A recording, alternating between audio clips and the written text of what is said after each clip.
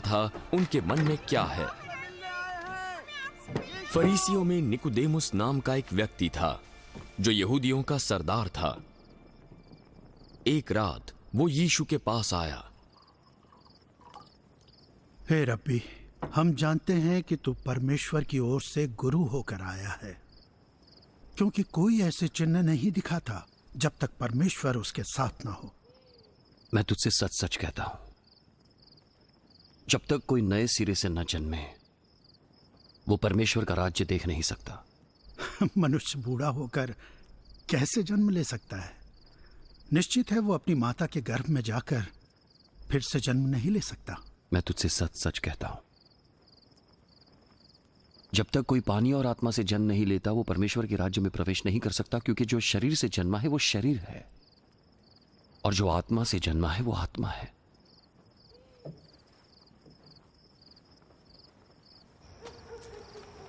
अचंबा ना करो कि मैं तुमसे कहता हूं कि नए सिरे से जन्म लो। हवा जिधर चाहती है उधर चलती है, तुम उसकी आवाज सुन सकते हो, पर यह नहीं जानते कि वो कहां से आती है और कहां जाती है। जो कोई आत्मा से जन्मा है वो ऐसा ही है। यह कैसे हो सकता है? तो इज़राइल का गुरु होकर भी इन बातों को नहीं समझ सकता?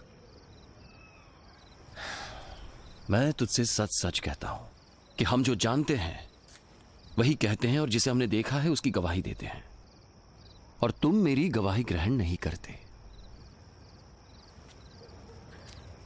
जब मैंने तुमसे पृथ्वी की बातें कही और तुम विश्वास नहीं करते,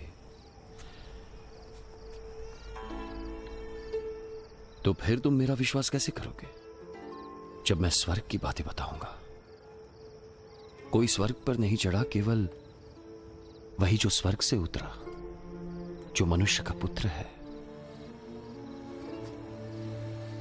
और जिस रीति से मूसा ने जंगल में सांप को ऊंचे पर चढ़ाया, उसी रीति से मनुष्य के पुत्र को ऊंचे पर चढ़ाया जाना आवश्यक है, ताकि जो कोई उस पर विश्वास करे अनंत जीवन पाए। क्योंकि परमेश्वर ने जगत से ऐसा प्रेम रखा कि उसने अपना इकलौता पुत्र दे दिया, ताकि जो कोई उस पर विश्वास करे वो नष्ट ना हो परंतु अनंत जीवन पाए। परमेश्वर ने अपने पुत्र को जगत में इसलिए नहीं भेजा कि जगत पर दंड की आज्ञा दे, परंतु इसलिए कि जगत उसके द्वारा उद्धार पाए। जो उस पर विश्वास करता है उस पर दंड की आज्ञा नहीं होती, परंतु जो उस पर विश्वास नहीं करता वो दोषी ठहर चुका, इसीलिए कि उसने परमेश्वर के इकलौते पुत्र के नाम पर विश्वास नहीं किया। और दंड की आज्ञा का कारण ये है कि ज्योति जगत में आई है, और मनुष्यों ने अंधकार को ज्योति से अधिक प्रिय जाना, क्योंकि उनके काम बुरे थे। क्योंकि जो कोई बुराई है वो ज्योति से बैर रखता है और ज्योति के निकट नहीं आता, ऐसा न हो कि उसके कामों पर दोष लगाया जाए। परंतु जो सत्य पर चलता है वो ज्योति के निकट आता है, ताकि उसके काम प्रकट हों कि वो परमेश्वर की ओर से किए गए हैं। इसके बाद